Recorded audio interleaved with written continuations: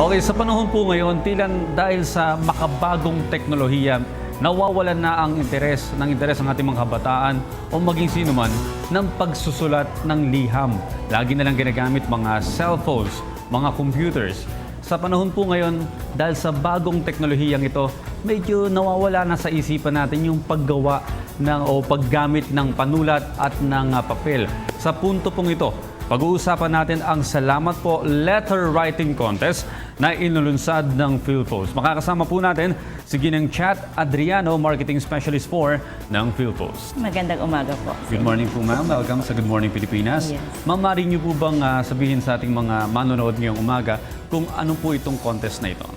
Okay po. Ang Salamat Po Letter Writing po ng Philippine Postal Corporation na inilunsad para sa mga kabataan, sa mga elementary at sekundaryang mga estudyante sa buong bansa. Ito pong programa na to ay itinaguyod po ng PhilPost in coordination po with the Department of Education at sa Komisyon ng Wikang Pilipino. Okay. Sino po yung maaaring sumali dito? Pwede po rin po ba yung mga may edad na, yung mga hindi na nag-aaral? Primarily po, ito pong project na ito is para lang po talaga sa mga estudyante from elementary and high school. Pero ngayon pong taon na to, naglunsad po kami ng isang proyekto na kung saan po, hindi lang po mga estudyante sa elementary at sekundarya, but even po yung mga college students, pwede rin pong sumali.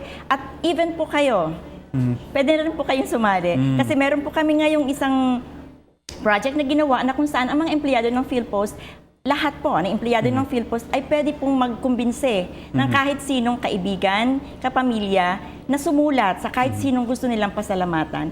At bawat isa pong sulat na ibibigay ninyo, ipapadala ninyo, ay magkakaroon po kayo ng pagkakataon na manalo ng mga gantimpala during the semi-grand draw at saka sa grand draw. Okay, may mga gantimpala pala. Maaari niyo po bang banggitin itong mga gantimpalang to? Yes po. Sa semi-grand draw po, meron po tayong ipapamigay na gantimpalang halaga na 10 milyong piso. 10 million pesos? Sorry po. Akala ko po 10 million pesos. 10,000 pesos. Yes po, for the semi-grand draw. 10,000 pesos? Yes, okay, opo. baka bigla silang 110 million Sorry, letters dumating sa inyo. 10,000 pesos. Pero malaki na rin po yan. Yes Ang gagawin mo po. lang sumulat. So may criteria po ba? Pagalingan po ba ng grammar ito, ng storya? Ano po bang criteria? Actually po, hindi lang po ito pagalingan. Kasi po ang objective po namin is maibalik lang talaga po yung passion for letter writing sa mga kabataan at sa atin na rin po.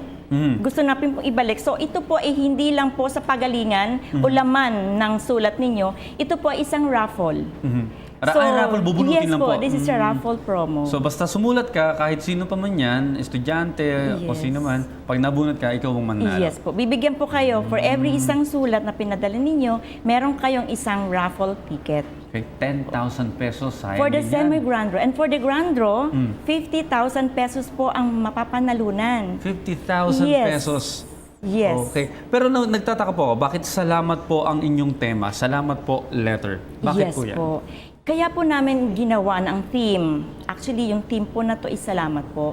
Kasi gusto po namin na maipalaganap sa lahat ng mga kabataan yung virtue of gratitude na karamihan po kasi sa mga kabataan ngayon, hingi lang sila ng hingi sa mga magulang eh. Pero para nakakalimutan nila magpasalamat. So it's now the time for students na magbigay ng pasasalamat sa mga magulang o kahit sinong tao na nakapagbigay sa kanila ng tulong. Sa pamamagitan ng Postal Corporation ay gumawa sila ng sulat, ipadala nila doon sa kanilang mga magulang at sa kanilang mga pamilya, kaibigan, at most especially for the teachers. Iyon, isa po yun sa objective namin na ang mga estudyante at kahit sino, halimbawa ikaw po, baka gusto niyo po pasalamatan yung teacher niyo ng elementary.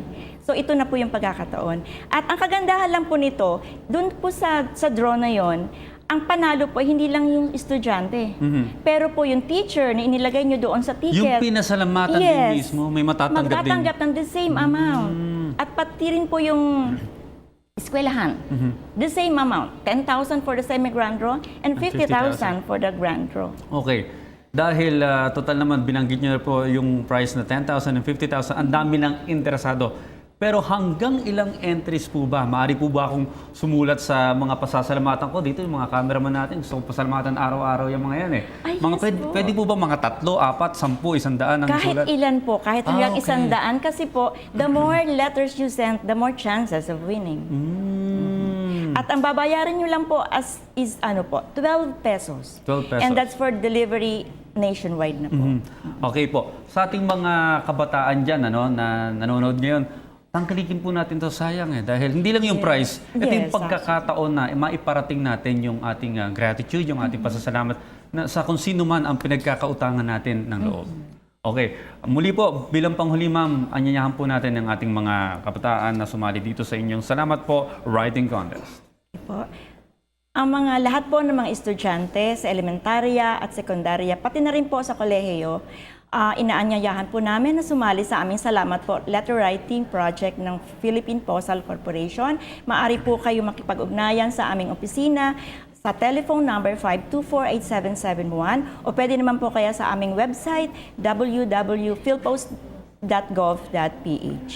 Maraming salamat po sa lahat ng impormasyon na ibinahagi niyo sa amin ngayong umaga. Nakapanayan po natin si Kat Adriano, ang Marketing Specialist for ng Philpost. Sumali po kayo dyan, sayang. Dahil maibalik natin yung way ng makalumang panahon na nagsusulat pa. No? Mas sincere yan eh.